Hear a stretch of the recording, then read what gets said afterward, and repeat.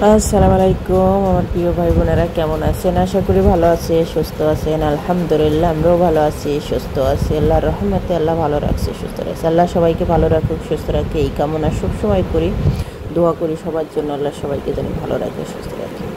আজকে খুব সহজ এবং ইউনিক এবং নতুন একটা রেসিপি, ঘরে হোমমেড বানানো লুডুস, হোমমেড বানানো পাস্তা কিভাবে বানাবেন। এটা লুডুস না, এটা পাস্তা। ঘরে 1 কাপ আটা দিয়ে তৈরি করে নিলাম পাস্তা। কিভাবে বানাবেন এবং কিভাবে এই ক্রিমি সহকার রান্না করবেন, সেই রেসিপিটা প্রথম থেকে শেষ পর্যন্ত দেখে নিন এবং শিখে নিন। বিসমিল্লাহির রহমানির রহিম। এখানে আমি 1 কাপ আটা নিয়েছি। এখানে ময়দা ব্যবহার করা লাগবে না। 1 কাপ আটা, তারপরে দিলাম স্বাদ মতন লবণ। হালকা গুনগুনো গরম পানি দিয়ে একটা ডো বানিয়ে নেব। না নরম হবে না শক্ত হবে, একদম সফট একটা ডো তৈরি করে নেব।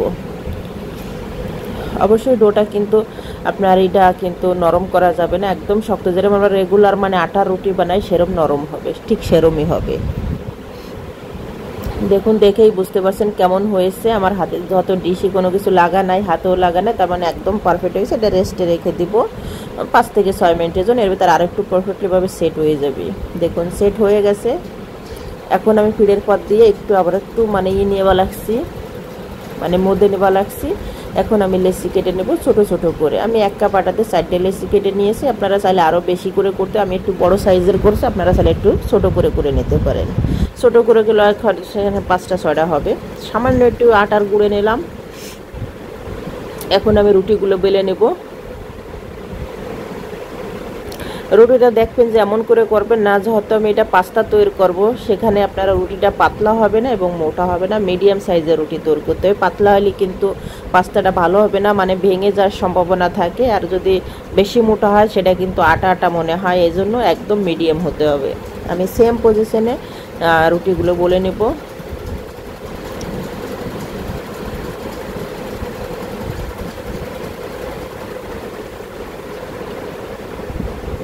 আমার রুটি দেখুন তাই কতটা একদম পাতলা করে মোটা করে দেখেই বুঝতে পারছেন আমার বলা হয়ে গেছে। এখন চলে যাব মেন প্রিপারেশন। এখানে আমি একটা কড়াইতে তেল গরম করে দিচ্ছি। এর ভিতরে একটা সস আমি তৈরি করে নেব। কিছু টুকরো আলু এখানে নিয়েছি, আপনারা চাইলে স্কিপ করতে পারেন। দিয়ে দিলাম 3টে শুকনো মরিচ আর একটা রসুন। একদম একটা রসুনের পুরোটা আমি সুলে নিয়েছি, সেটা দিয়ে খুব সুন্দর করে আমি ফ্রাই করে নেব। আলুটা একটু ফ্রাই করে নিতে কী হবে, আলু যেটা ভাজাটা গ্রান, সেই গ্রানটা ভালো হবে। এটা স্কিপ করে দিতে। আমি ওটা তুলে নিয়েছি। এর ভিতরে আমি কিছুটা আলু ব্যবহার করবো এই পাস্তাতে, এই জন্য কিছুটা আলু ভেজে নেব। এখন ফুটন্ত গরম পানিতে যে রুটিগুলো আমি বলে রাখছিলাম, সেই রুটিগুলো দিয়ে খুব সুন্দর করে এটা সেদ্ধ করে নিতে হবে। পাস্তা তৈরি করতে গেলে অবশ্যই কিন্তু রুটিগুলো বলে খুব সুন্দর করে সেদ্ধ করে নিতে হবে, এটা মাথায় রাখতে হবে। আর পানিটাও অবশ্যই ফুটন্ত গরম পানি হইতে হবে। বেশি সময় এখানে টাইম লাগবে না, জাস্ট হয়তো 1 থেকে 1.5 মিনিট বা 2 মিনিট, জাস্ট 2 মিনিটের ভিতরে আপনার রুটিটা কিন্তু একদম সেদ্ধ হয়ে যাবে, পারফেক্টলিভাবে সেদ্ধ হয়ে যাবে। যখন সেদ্ধ হয়ে যাবে আমি তুলে সোজা দিয়ে দেওয়া লাগছি ঠান্ডা পানির ভিতর। এটা এখানে কিন্তু গরম পানির ভিতরে রাখা যাবে না, তাহলে কিন্তু ওভার কুক হয়ে যাবে। ঠান্ডা পানির ভিতর দিলে কী হবে, এটা যত নরম হয়ে যাওয়ার পর আবার শক্ত হয়ে যাবে। আমি সেম পজিশনে রুটিগুলো আমি এখানে সেদ্ধ করে নেবো এবং ধুয়ে নেবো। এটা কিন্তু ঠান্ডা পানি। এটাতে কী হবে, আপনার রুটিটা পারফেক্টলি পাবে, একদম শক্ত হয়ে পড়বে আর লেয়ারগুলো কাটতে খুব সুবিধা হবে, দেখেই বুঝতে পারবেন। দেখতে আমার রুটি কিন্তু সেদ্ধ করা হয়ে গেছে, সেম পজিশন। এখন আমি তুলে নেবো এক এক করে, প্লেটে আমি তুলে রেখে দেব। এটাও কিন্তু আমার সেদ্ধ করা হয়ে গেছে, দেখেই বুঝতে পারছেন যে ঠান্ডা পানি দেওয়াতে একটু মোটাও হয়ে যায় এবং একদম শক্তও হয়ে যায় পারফেক্টলিভাবে। ওকে, ডান, এটা হয়ে গেছে আমার রুটি।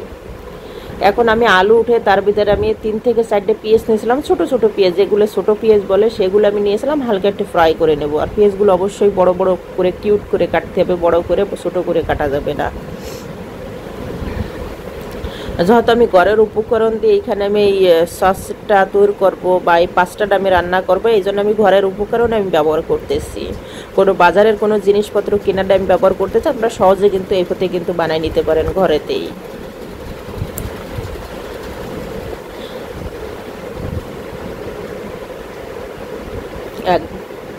হয়ে গেছে এটা দেখুন। তাই এখন আমি একটা ব্লেন্ডারের জারে দিয়ে এখানে আমি কালো মরিচ, গোলমরিচ এবং সাদাটা 1 চামচ ব্যবহার করেছি, দুটো মিলে 1 চামচ। এটা আমি খুব সুন্দর করে ব্লেন্ডার করে নেব। আমি এখানে ধরেন তো হাফ কাপের মতন এখানে দুধ ব্যবহার করছি। আপনারা চাইলে যেই যে রুটিগুলো এরকম করে ছুরিতে লম্বা লম্বা করে কেটে নিতে পারেন, বা আবার এই যে মোড় বানাবেন মানে রোল বানাবেন, রোল বানাইয়ে কাটলে একদম সহজ হবে, দ্রুত হয়ে যাবে। যদি এরকম রোল বানাই কাটেন তাহলে একদম মিনিটের ভিতরে হয়ে যাবে, সহজ। আর এটা লেয়ারগুলো খুব সুন্দর দেখা যাবে, বা কাটলেও একদম পারফেক্টলি দ্রুত হয়ে যাবে।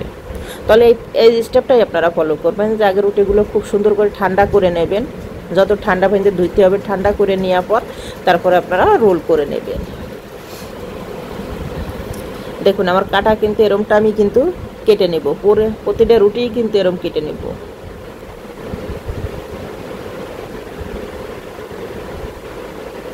এটাতে কিন্তু আপনার একদম সহজ, এই রুটিগুলো যদি এরম কেটে নেন একদম সহজ। আর এই পাস্তাটা রান্না করতে বা বানাইতে যতটা সহজ এবং এসছে কিন্তু বেশি কিন্তু টেস্ট, দুর্দান্ত একটা টেস্ট পাবেন একদম। কেন কি ঘরের উপকরণ দিয়ে আমি তৈরি করেছি, এবং ঘরের যে সসগুলো আমি বানাবো সেগুলো দিয়েই কিন্তু এই পাস্তাটা আমার ভিতরে কাটা হয়ে গেছে। দেখুন এটা কিন্তু কাটা হয়ে যাওয়ার পর অবশ্যই একটু ঠান্ডা পানিতে ধুয়ে নেবেন, তাহলে রিয়ালগুলো আরও খোলা খোলা হবে। এখানে 1 চামচের মতন এখানে আটা আমি ব্যবহার করেছি। আটাটা তেলের ভিতরে অবশ্যই তেল আর ঘি, মানে আমি এখানে তেল আর ঘি মিক্স করে নিয়েছি, আপনারা শুধু ঘিও দিতে পারেন, কেন কি এতে খুব সুন্দর গ্রান আসবে। আমি একটু ভাজা ভাজা করে নিয়েছি 1 চামচ আটাটা, খুব সুন্দর ভাজা ভাজা করার পর একটু দেখেন খুব সুন্দর একটা কালার আসে, মিষ্টি একটা কালার আসছে, অবশ্যই পোড়াই ফেলবেন না। তারপরে এখানে আমি ঢেলে দিলাম আগের থেকে দুধ জাল করে আমি ঘন করে রেখেছিলাম, সেই দুধটাই আমি দিয়ে দিলাম। স্বাদ মতন লবণ দিয়ে দিলাম, সেখানে আলু ভাজা এবং পেঁয়াজ ভাজাটাও আমি ব্যবহার করেছি। এখন কিছু উপাদান একসাথে আমি ব্যবহার করব। এখানে 1 চামচের মতন সয়া সস ব্যবহার করলাম, 2 থেকে 3 চামচের মতন টমেটোর সস ব্যবহার করলাম। আর আলুটা যত বাসা সেদ্ধ হয়ে গেছে, এখন আমি আরেকটু তরল দুধ, মানে এটা কিন্তু জাল করা দুধ, অবশ্যই দুধটা আগে থেকে জাল করে নেবেন।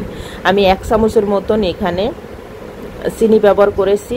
এখন যত সসটা আমার ফুটে উঠবে তখন আমি দিয়ে দিলাম বানানো যে পাস্তা, সেটাই আমি দিয়ে দিলাম। দেখুন পাস্তা কিন্তু একটার সাথে একটা লাগে না, একদম খোলা খোলা।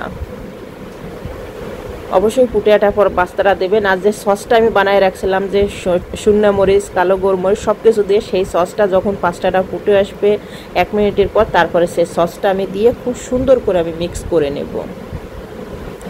আমার মনে হয়েছে টাঠাটা আরেকটু দুধ, এখানে মোট এখানে আমার এই পাস্তাটা রান্না করতে আধা কেজির মতন দুধ লেগেছে। গ্রাম অঞ্চলে মাপ যদি বলে আধা কেজি, আর যদি কাপের যদি এমনি যদি বলে আধা কেজি, মানে 500 গ্রাম দুধ এখানে আমার খরচ হয়েছে মোট। দেখুন কত সুন্দর একটা কালার আছে। এখন নাড়াচাড়া করে এটা আমি খুব সুন্দর করে কুক করে নেব। হয়ে গেছে, অবশ্যই এটার একদম শুকিয়ে ফেলবেন না, একটু অবশ্যই টি করে রাখবেন, এরকম ক্রিমি ক্রিমি হবে। দেখুন হাতে তৈরি করা পাস্তা এবং সেই সাথে ঘরে বানানো ক্রিম দিয়ে আমি তৈরি করে নিলাম ক্রিম পাস্তা। আর এতটা লোভনীয় আর এতটা টেস্ট হয়েছে, একবার হলে বাসায় এই পথে ট্রাই করেন। বাজার থেকে ক্রিম এনে কখন ক্রিম কিনে আনবেন তারপরে বানাবেন তখন খাবেন, কিন্তু আমার মতন এরম সহজেই কিন্তু এই ক্রিমটা তৈরি করে নিতে পারেন এবং ঘরেই কিন্তু বানাই নিতে পারেন। একদম সহজ একটা রেসিপি, আশা করি খুবই ভালো লাগবে, দুর্দান্ত লাগবে। একবার হলেও বাসায় ট্রাই করেন, সবার জন্য, মানে বাচ্চা ছোট বড় সবার জন্য ভালো লাগবে। সবাই ভালো থাকেন, সুস্থ থাকেন, আল্লাহ হাফেজ।